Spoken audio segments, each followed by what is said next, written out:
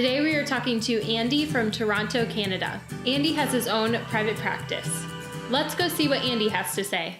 So today I'm here with Andy from Toronto in Canada. So Andy, thank you so much for joining us today, and go ahead and introduce yourself and let us know what inspired you to become a dietitian. Oh, sure. Yeah. So again, my name's Andy. I am from Toronto. I do private practice and I do Instagram as, Andy the RD. And I became a dietitian because primarily I wasn't that healthy growing up. And when it took me a long time to figure out how to take care of myself. And I figure, most people would benefit from not going through the same thing I did and just kind of learning it a lot quicker. So that's pretty much it. It's pretty cliche. And that's how I got here today. A few selfies and random other pictures along the way on Instagram, Yeah, for sure. And you guys will have to check out his Instagram too, because you post some funny pictures even. I think you have a good sense of humor. Thank you. I think so too. So since you became a dietitian, what sorts of jobs have you held or projects have you taken on? Yeah, okay. So right out of grad school, I have a master's degree in public health. I could have mentioned that earlier, I guess. But I was hired at the Canadian Diabetes Association, which I'm sure is something like your American Diabetes Associations probably run pretty similar. And I actually was working on a major project, which was the clinical guidelines. So I don't know if your ADA, if that's what it's called, releases those, but basically it's the guidelines that people study to pass the certified diabetes educator exam. So if you get the version from Canada, my name's in there because I helped them put it together, which is cool. And I did that for a while, and then I went right into private practice after that, which is what I'm doing now. Private practice and freelance writing and anything and everything, basically. Yeah. Cool. Yeah, no, very cool. And that's definitely a really cool project to be on right out of grad school and first practicing. And then now in your private practice, do you see any, like a specific set of clientele, or who do you work with primarily?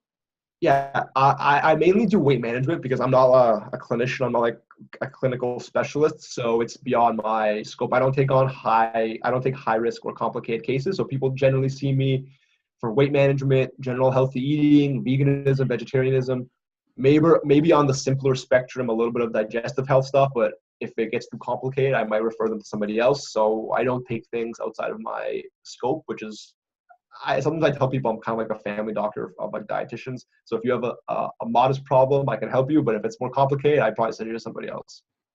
That pretty much. Yeah, definitely. And I was kind of even similar in my own when I was doing private practice. I think it's pretty valuable to kind of know like where your skills are best used and where your knowledge begins and ends. People want to go to someone who is an expert in what they want to achieve. And you can't be an expert in everything. You can pretend to be, but there's no way you can. And I learned that the hard way a little bit, like getting into it. I thought I could do that. That was a big mistake. So if you want to get a haircut and you're a girl, you're not going to go to a men's haircut specialist. Like same thing, if you need digestive health, you're not going to go to like a weight loss specialist probably. So same thing. People want to go to someone who they feel like are the experts in what they want, which is totally fair. Oh yeah, definitely, for sure. And so in your work in nutrition, what excites you the most? I'm excited by the day-to-day one-on-one work I do with clients, but then I'm also in a fortunate position where I have a blog and an Instagram where I get to reach out to what is like a decent amount of people now. So I'm always excited, basically. That's why I don't sleep that much, because I'm so excited. But yeah, so like I love helping people one-on-one, but I love writing content that reaches even more people, and I like them both equally. So I just every day is just exciting, and I get coming up with new stuff for social media. So yeah, a lot of excitement over here. Yeah, that's great. My life is pretty boring. You said what? My life is pretty boring, though. Oh. At least your professional life is very exciting. Yeah, exactly. So if someone is thinking about becoming a dietitian, can you speak on like what your first line of advice would be for them? Yeah, I guess that's a complex. I guess it really depends where they're at. Most people who are I don't get that many people who are thinking of being a dietitian, because that would be someone who's like a teenager. Most people who talk to me, they want to be a dietitian at all costs, and they just want to know more about it. I will get some people who want to like change their career, and they reach out to me. I think the most important thing, and you will probably agree, is like you do this job because you love it. There's no other reason to do it. It's not like, let me be a lawyer because I'm going to make a ton of money. I don't really like it, but it's okay. Like, you got to do this only because it's what you love to do. There's no other reason to do it. That's what I tell people. But if you love to do it, it's awesome, right? It's the best thing ever. So make sure you love it, which people generally do, right? They wouldn't go into this for any other reason. So, yeah. Yeah, definitely. I kind of found that dietetics it kind of is one of those unique professions where the people, I mean, just about everybody you meet genuinely really loves what they do, Right. or kind of just the possibilities, even if they don't love the position that they're in. They just have a love for food or health or helping Exactly. people or some facet of it. Right. And yeah, I can tell you accounting's not like that. I got friends in accounting that's not like that. So yeah, it's very unique in that way.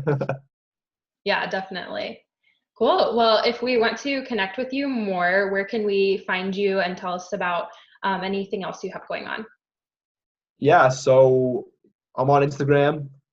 Andy the RD is my Instagram thing in case people don't follow me already. And then my website is andytherd.com. So it's my name, ANDYTHERD.com. And I got a pretty cool blog on there where I've written a lot of hot nutrition topics. So yeah, check me out on my blog, check me out on Instagram. And I'm very open to people who want advice or suggestions or want to give me advice. I'm open to anything. So feel free to reach out to me. Perfect. Well, thank you so much, Andy, for talking with us today. And thank you guys for joining us. And we will see you next week. Next week on Dial a Dietitian. Definitely. I mean, I wanted to be a dietitian because I thought I wanted to work in outpatient and do counseling or work in a hospital. And it's like I took all the positions that were not at all what I thought I would be working in, and it ended up working out really well. Yeah, definitely, really cool, and it goes to show that there's a lot of opportunities in the field of dietetics.